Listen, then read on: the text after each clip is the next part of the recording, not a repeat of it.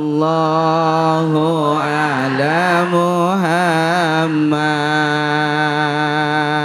sallallahu alaihi wasallam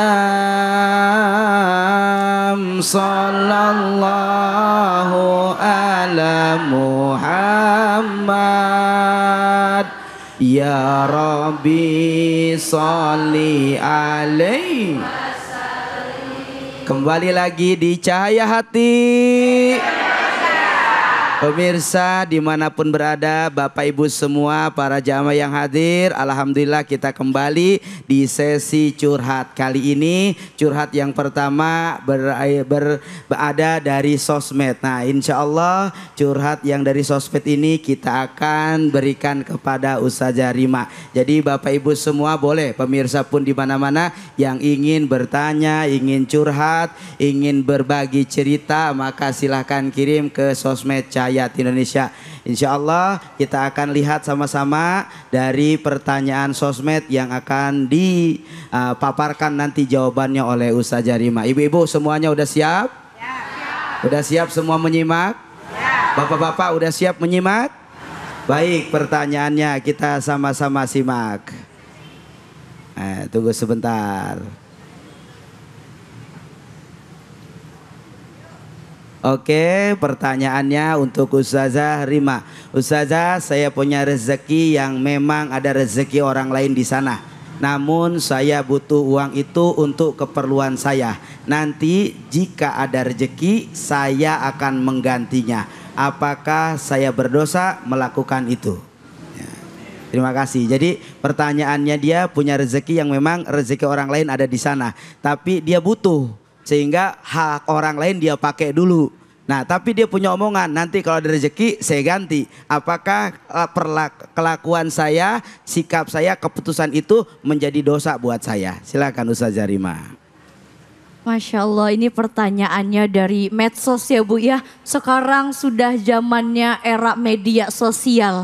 Apa-apa serba gampang, mungkin belum sempat hadir. Para pemirsa juga bisa langsung nih DM atau mungkin komentar di Instagram atau di media sosial lainnya.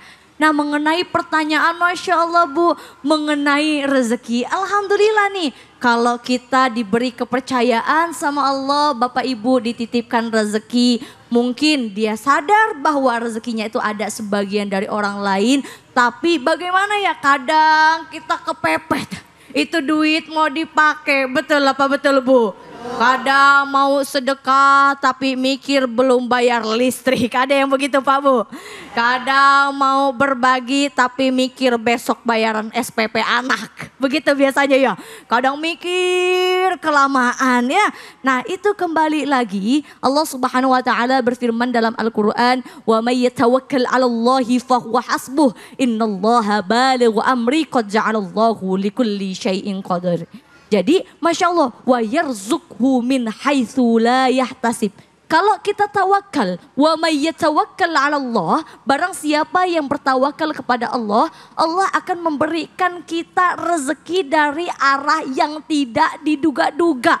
Selagi belum kepepet banget, niatkan sedekah. Beri hak yang bukan hak kita. Insya Allah kalau kita niatnya baik, maka Allah akan menggantikan dari arah yang tidak diduga-duga. Dari arah mana saja Bu. Karena Allah Bapak Ibu, ya Rozak, Allah itu maha pemberi rezeki. Allah itu maha kaya. Jangankan duit yang hanya 100, 200, betul. Jangankan duit yang hanya 1 juta, 2 juta, berapapun nominalnya. Kalau kita selalu kaitkan dengan Allah, maka yakinlah Allah akan memberikan kemudahan. Tapi bagaimana nih kalau udah kepepet banget, Ustadz ya Allah duitnya pengen dipakai hari itu juga. Gak apa-apa, kita pakai dulu, tapi ingat niat awalnya harus diganti. Jangan sampai kita mengambil apa yang bukan milik kita. Jangan sampai kita menjadi orang yang Nah, insya Allah. Jadi mudah-mudahan tadi usahakan kalau masih bisa kita sisihkan duitnya dulu Bu. Pisahkan mana duit punya kita, mana duit yang bukan punya kita. Maka insya Allah tawakal, dekatkan diri sama Allah, ngadu sama Allah, mohon sama Allah, minta sama Allah, kun fayakun. Insya Allah Allah akan memberikan yang terbaik, insya Allah. Ustazah, bagaimana caranya ketika misalkan ini duit yang menjadi hak orang lain? Ustazah pakai tapi tanpa ada keredoan dari orang. Lalu harus bagaimana kita menyikapi itu? Nah betul banget Bu, kalau duitnya kepepet mungkin masih bisa Bu. Tapi kalau duitnya justru kita pakai untuk foya-foya itu kira-kira boleh apa enggak Pak Bu? Nggak boleh. Ada orang Bu hidupnya biasa-biasa aja Pak, tapi gayanya Masya Allah. Postingannya yang bagus-bagus, bajunya yang bermerek, kendaraannya mahal, rumahnya megah, mobilnya mewah, gayanya bolak-balik ke Mekah. Biar kayak hidupnya berkah tapi ternyata pakai duit orang lain. Bahkan orang yang duitnya dipakai enggak ridho, itu namanya zalim. Apa ibu-ibu? Zalim. Jadi jangan sampai, usahakan kita ini jangan menjadi orang yang zalim. Kita hidup seadanya Bu. Pak, susah kalau hidup banyak pura-puranya. Kalau kita hidup apa adanya, rezeki itu tergantung bagaimana cara kita bersyukur. La in syakartum la azidannakum wa la in kafartum inna adzabi lasyadid. Kalau kita bersyukur punya rezeki yang segitu-gitu aja, insya Allah Allah akan nambahin rezeki kita, akan nambahin nikmati kita. Tapi kalau kita kufur, bahkan kita mengambil apa yang bukan hak kita, khawatir Allah memberikan azab. Sama tadi kayak penjelasan Quran surat Al-Qalam tadi. Yang dijelaskan itu petaninya Bu, diazab karena nggak mau ngasih hak buat orang miskin, ngasih hak buat orang fakir. Akhirnya dia punya kebun yang luas, itu kebunnya banyak sekali buahnya, hasilnya banyak karena nggak mau bagi-bagi. Dia metiknya malam hari sama Allah, diturunkan peringatan yaitu dengan dimusnahkan kuburan. Jadi Bapak Ibu, sebelum kita ditegur sama Allah, sebelum kita diperingati sama Allah, lebih baik kita sadar terlebih dahulu dan meninggalkan hal-hal yang tidak baik, insya Allah. Yakinlah Bapak Ibu, dimanapun kita kalau selalu dekat sama Allah, hati akan tenang. Lihat ma'inna kolbi, akan dilembutkan hati kita. Mudah-mudahan apa yang kita miliki, rezeki yang kita miliki, semuanya dari Allah dan kita gunakan dengan sebaik-baiknya. Caranya tadi dengan bersedekah, duitnya dipakai hal-hal yang baik. Jangan malah sebaliknya, duitnya pas-pasan dipakai buat gaya atau bahkan dipakai untuk bermaksiat. Na'udzubillahi min dzalik. Mudah-mudahan menjawab pertanyaan kita semua. Masya Allah, tabarakallah. Terima kasih Ustazah Rima yang telah memaparkan daripada penjelasan-penjelasan yang insya Allah jadi kebaikan buat kita semua. Amin ya robbal. Berarti jangan jadi orang yang tekor asal kesoh. Ada yang begitu ada? Mana orangnya? Masya Allah, luar biasa. Sekali lagi sekarang sesi curhat. Ada yang mau curhat? Mana orangnya? Nana di sana, nah silakan. Di belakang. Baik. Di depan. Oh sebelah sini, Masya Allah. Silakan Ibu. Nah. Silakan langsung Ibu. Assalamualaikum warahmatullahi wabarakatuh. Waalaikumsalam warahmatullahi wabarakatuh. Nama saya Yuyun Yulina dari Masjid Tabiraul Asaadah.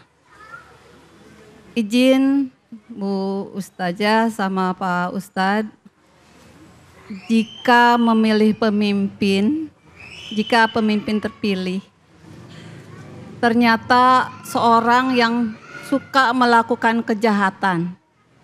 Tapi kita semua tidak menyangka apakah yang memilih ini berdosa. Wassalamualaikum warahmatullahi wabarakatuh. Waalaikumsalam warahmatullahi wabarakatuh. Silahkan Abi. Ya, terima kasih pertanyaannya Bunda. Jadi di dalam Al-Quran surat keempat juz kelima ayat ke-34. Saya contohkan di situ dalam pemimpin rumah tangga. Ar-rijalu qawwamuna ala nisa bima faddalallahu ba'dahum ala ba'd wa bima anfaqu min amwalihim fasolihatu qanitatun hafidhatun lil ghaibi bima hafidallah. Bunda memilih, ternyata suami Bunda menjadi imam dan Bunda tidak tahu ternyata suami Bunda zalim. Ya, Bunda itu di luar rumah berbuat zalim. Yang kalau Bunda tahu pasti sangat sedih sekali. Itu dosanya nggak kecipratan buat bini di rumah. Tuh, tanggung jawab diri kita Pak. Ya, Pak. Ui, yang diajak bicara mohon maaf, perjaka, bujangan, balik apa ada bulak balik ini. Tuh, pemimpin. Ya, jadi bini kita nggak tahu. Kita mungkin biar dapat tanah di setiap tempat, mobil mentereng pada mengkilat, rumah berderet pada bertingkat, sampai dandanan istri alis sampai ngejepat. Akhirnya begitu ikhtiar segala macam cara dilalani, termasuk Spanyol, separuh nyolong. Kalau bahasa korupsi. Nah, makanya ibu sebagai istri ini biasa suami memang gajinya sebulan 100 juta. Amin gitu Bu. Tiba-tiba pulang bawa 500 juta. Ini kan kadang-kadang bini begitu, mohon maaf, nanya apa girang tuh? Nah, Gak nanya, girang. ya. Padahal nggak tahu nih 400 dari mana. Ya, jangan girang dulu.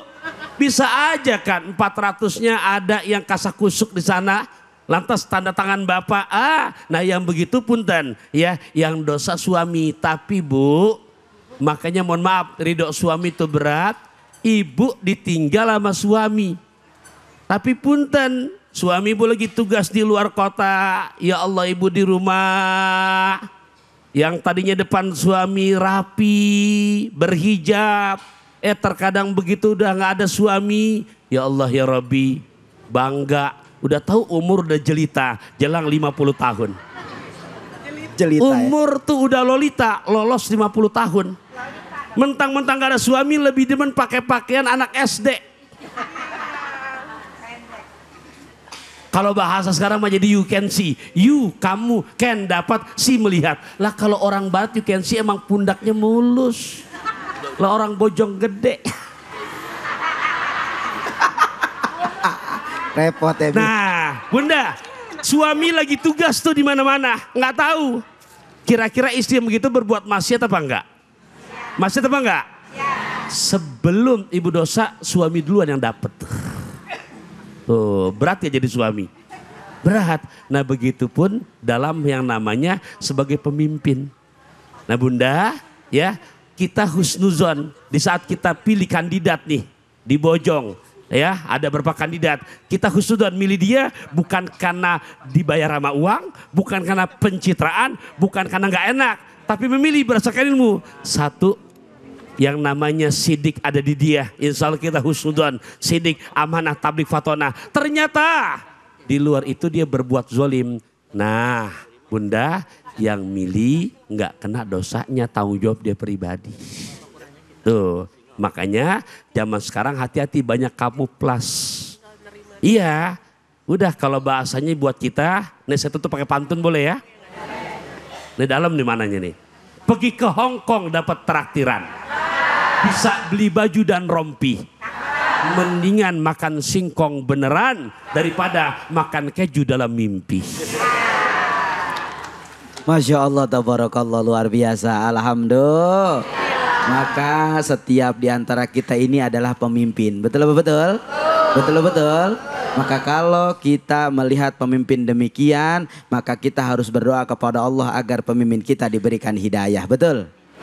Pak Kiai, Abi, bagaimana ketika memang misalkan kita sudah ingetin ini pemimpin, Ya. kita sudah nasehatin, tapi tetap ternyata mereka melakukan kezoliman. Bagaimana Abi? Iya. Nah, saya kutip lagi ungkapan Abu Zakaria Syaraf An-Nawawi dalam kitab Riyadhus Shalihinnya. Di beliau kutip hadis Nabi, sab'atun yuzilluhumullah yauma la dzilla illa dzilluh. 7 kelompok manusia yang besok di hari kiamat orang panik, dia nyaman. Orang-orang berenang dengan keringatnya, dia kondisi yang betul-betul nyaman. Siapa mereka? Penempatan pertama adalah imamun adilun. Pemimpin yang adil. Tuh, ya. Masuknya nanti jalan tol, nggak pakai dihisap. Di dunia berat. Gimana kalau 1 juta? Haram. Tebal rohnya. Gimana kalau 1 M? Tetap haram. 20 M tetap rohnya haram. Maka pemimpin yang begini bukan hanya di dunia, di akhirat tadi begitu. Tapi kebanyakan banyak begitu apa enggak? Gimana 1 juta? Haram. Naik jadi M. 1 M masih tebal rohnya haram. Begitu pindah 20 M mulai tarkik tuh halom. 940 M. Nah, itu roh jadi lam halal. Nah, paling dulu nanti diseksa sebelum para penyembah berhala diseksa. Baik, Masya Allah, tabarakallah, luar biasa. Terima kasih atas pemaparan dari Abi Taufikur Rahman dan Ustazah Rima yang insya Allah akan memberikan banyak wawasan ilmu kebaikan buat kita semua. Amin ya robbal. Setelah ini kita akan ngaji yuk bersama Ustadz Munawir Ngacir. Jangan kemana-mana, tetap di Cahaya Hati.